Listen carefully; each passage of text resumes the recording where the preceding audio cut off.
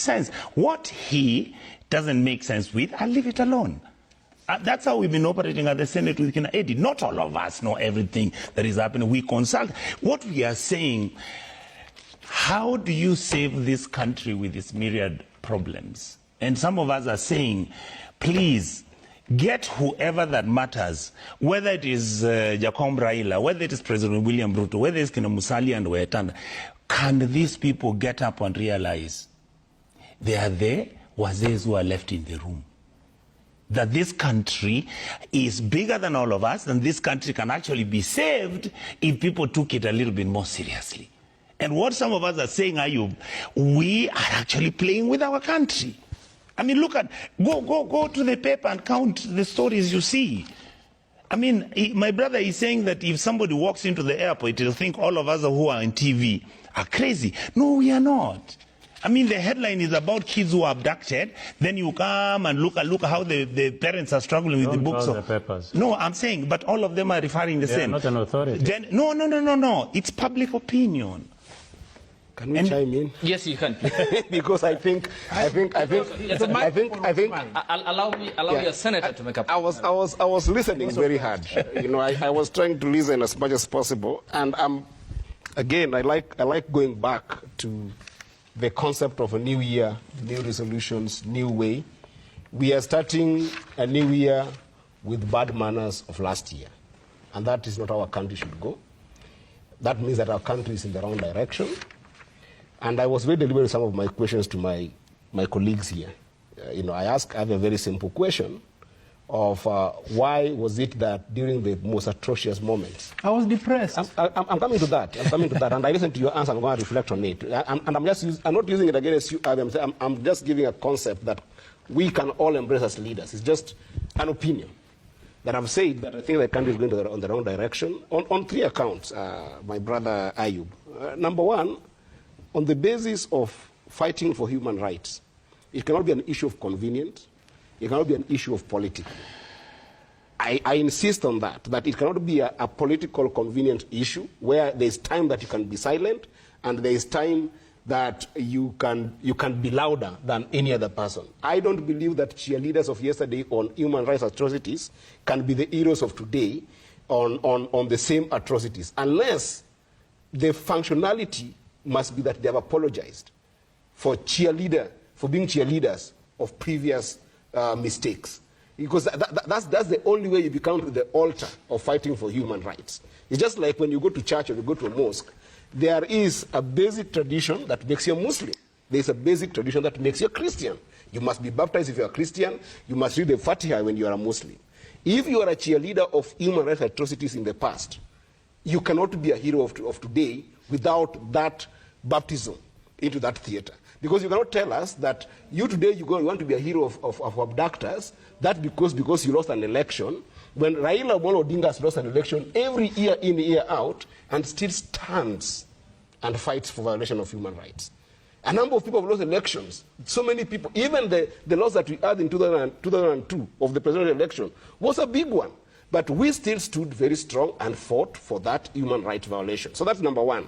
Our country cannot have cheerleaders of atrocities now rising on the theater of heroism and heroic acts.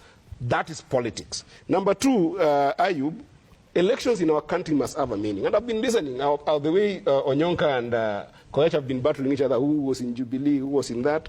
The other time we were with you, Ayub, with Dr. Ekuro Aukot. And I told him a statement which I still stand with today.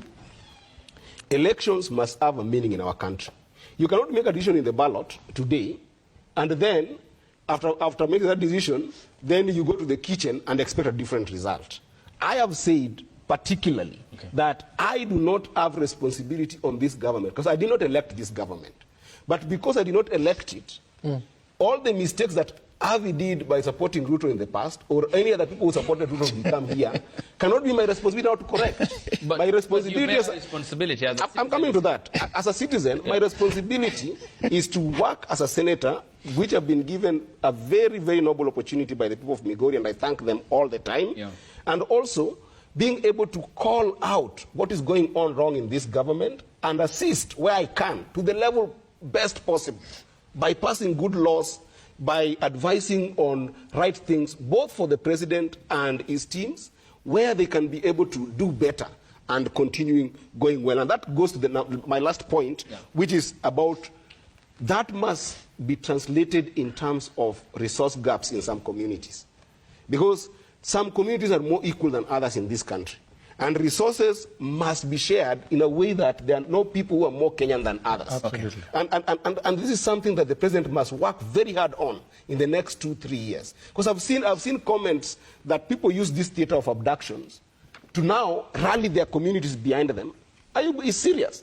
They're rallying their communities behind them on the theater of abductions. And that's why I was calling them cheerleaders of bad manners in the past and now want to be heroes. And they're rallying their communities. I sit in Finance and Budget Committee in the Senate. Is he talking about? Do you know that the biggest pending bills in this country, the biggest pending bills, especially in infrastructure, are 70% going towards finishing projects in one region in this country? We must sit and reflect as a country that we do not play in the theater of politics on young people who have been abducted and use us as an excuse of mischief to build our own political echelons when we can actually be sincere about human rights. The Constitution outlines that fairness and equity is paramount, as Senator Onyonka said, but the manner in which this is done is largely those who implement it. Yes. I'll sample the feedback in a moment. I'll come to you, Council Harvey. You mentioned that you do not support in any way the Kenya Kwanza administration.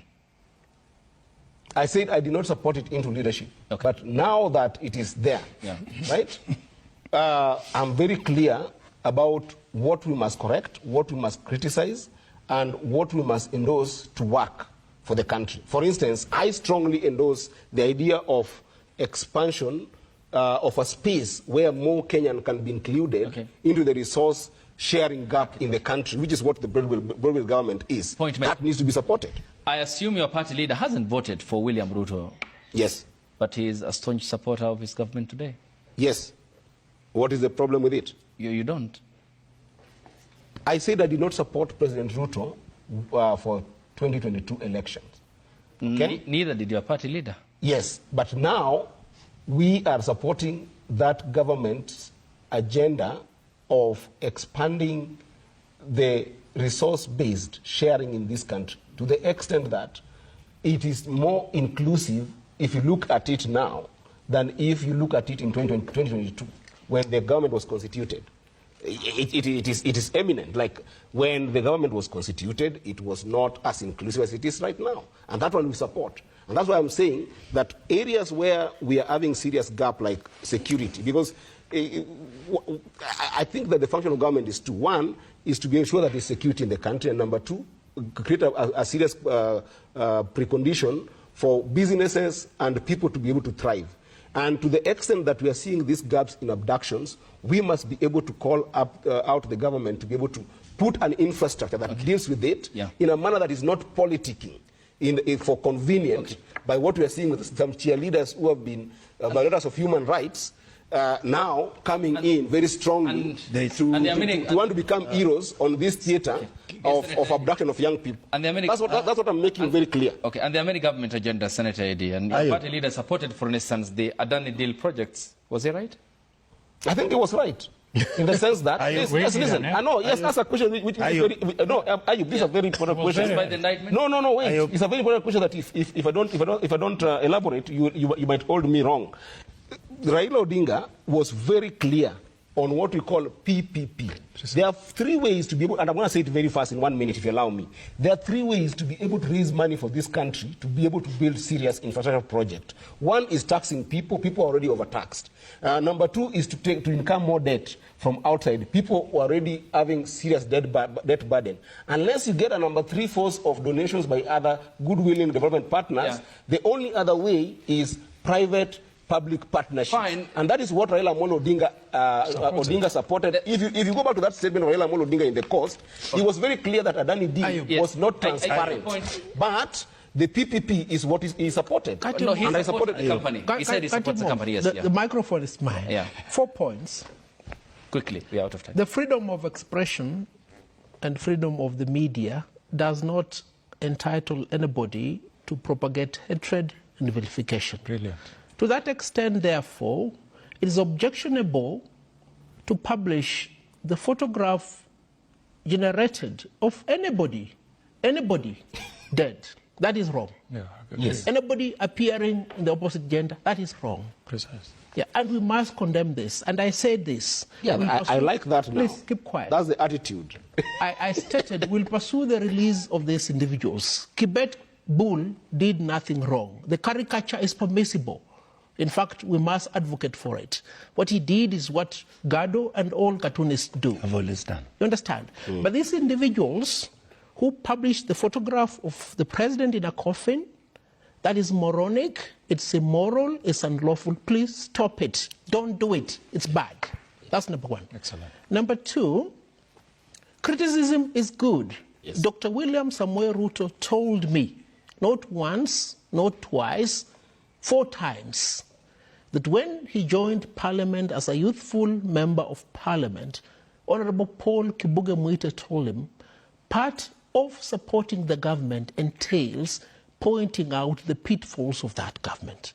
Let me therefore dissuade Nelson Koech and his ilk, who always think because I hold the position of a board chair, then I'm forever silenced from speaking truthfully. They will tell you, even William Samuel Ruto is happy that I'm able to point out these things. He knows. Number 3, we need to be action-oriented. We've spoken for too long. We've indicated on our part of the Law Society of Kenya will take positive, deliberate steps to hold to account advocates in Parliament, advocates in the executive, and advocates in the judiciary. We're doing that. And everybody else must do his or her part. You know, it saddens me to see somebody as intelligent as Eddie Okech speak in a very unintelligible manner, always crying that we are using offices to which office do I hold? You see, I'm respected as a Kenyan because of who I am, the cumulative build-up of a profile for 22 years as an advocate, not because of chair of a corporation. But it's a responsibility Not because of that is allowed. Please, Let him allow finish your his point seniors here. to You had your speak. time. Not because of the office I held as president of the Law Society, but because of my name. And I want all of us, 4 of us, to emulate this. This gentleman has a good name. It will take him far. These people speak intelligibly. I wish they could acquire a good name so that they go far. Thank you. May you all be blessed. Thank you. Yes, Senator. It's a very small. I have a very good name. It's a very small question. I wanted to correct my brother Eddie. Eddie, just as much as we have contradiction in some of us who have never been making a lot of noise as to when human rights are being violated and everything, is exactly the same argument that has made my party leader to join a government that we were against. You see, in politics, those contradictions emerge. At some point, you'll feel that the decision you've made is actually the wrong one or the right one, depending on the circumstances. Did I support the party leader for having joined the government? Yes, Eddie, you know, we talked about it. Yes. We looked and asked ourselves, do we have a structure if the Gen Z come in and decide to take over government? How do they run it? It was not possible. We were honest and realistic with this scenario. So when people are busy killing Raila over that, it's just because they didn't understand the status report, that we were that close to the country either going to the military or the country disintegrating, and then you are going to have militias in the Republic of Kenya. Have some of us become emancipated, like me who's a Catholic, to change and accept that there's certain responsibility I have greater than before? Absolutely, Eddie. Have I ever been more harsher and more critical of government before? For the last 10 years, I've been talking about corruption. I've been talking about bad governance. I criticized the Jubilee government. We've always done that. You and I have done that. We've always done that. I think So what I want Eddie not to do is to make an assumption that, and I listened to Harvey very carefully, and that has been his Achilles heel, that he wasn't consistent in fighting for the rights of the people who were abducted during that time because we were on the ODM side and they were on the other side. Gachagua was cheering. He was cheering that inhuman. Let him finish. He was I'm talking about the people cheering. With the Gachagua, you know, it was one of the People were major. cheering the It killing was one of of my major cannot be exonerated. It was one Senators, of the, we are yes. out of time. Thank you. 30 seconds. I'm happy that. You're happy? No. I'm looking at this. He's happy that the debate has gone well. I'm saying that even there's a silver lining in all this discussion today, that part of the things that we're not discussing today is the cost of hunger, is the cost of fuel, is the inflation rate of the country. Some of the things are positive. Except for these few things of abductions that is casting a very dark shadow on our country, I hope we start this new year in a good outfit, and I pray for good health of everyone, and that we can have Fair enough. robust democracy. Important points you have pointed out. Of course, we can't overlook them. They're important. Can I sample the video briefly? Just hang on. Yes. A bit? Yes, sure. 1 second, then we say good morning here. Can you apply for extension The of time? hashtag on X. The CJ will grant. Well, I can't make that editorial decisions at such time. So Nixon Dugure says, for how long shall we ask who the purported abductors are? Is the government's hand still long? Kabui Joy says, tell Senator to call the president out categorically and not say those in government. And Vero Hasiko one says, everything about abduction is all about politics, and government might not have a hand in it. But they knew whoever abducted the boys. He did so to bargain something and also to just fuel anger to bad governance of the Kenya Kwanza administration. My point. Peter Gesura 89 says, all of us must condemn this issue of abduction in our country. At the same time, let the parents talk to their children, especially the youth, to ensure they are morally upright. And the final one, Remy Butia says the abduction could erode trust in the government institution and is very risky in terms of national security, where the police and the citizens become increasingly hostile towards each other, potentially leading to a gangline state.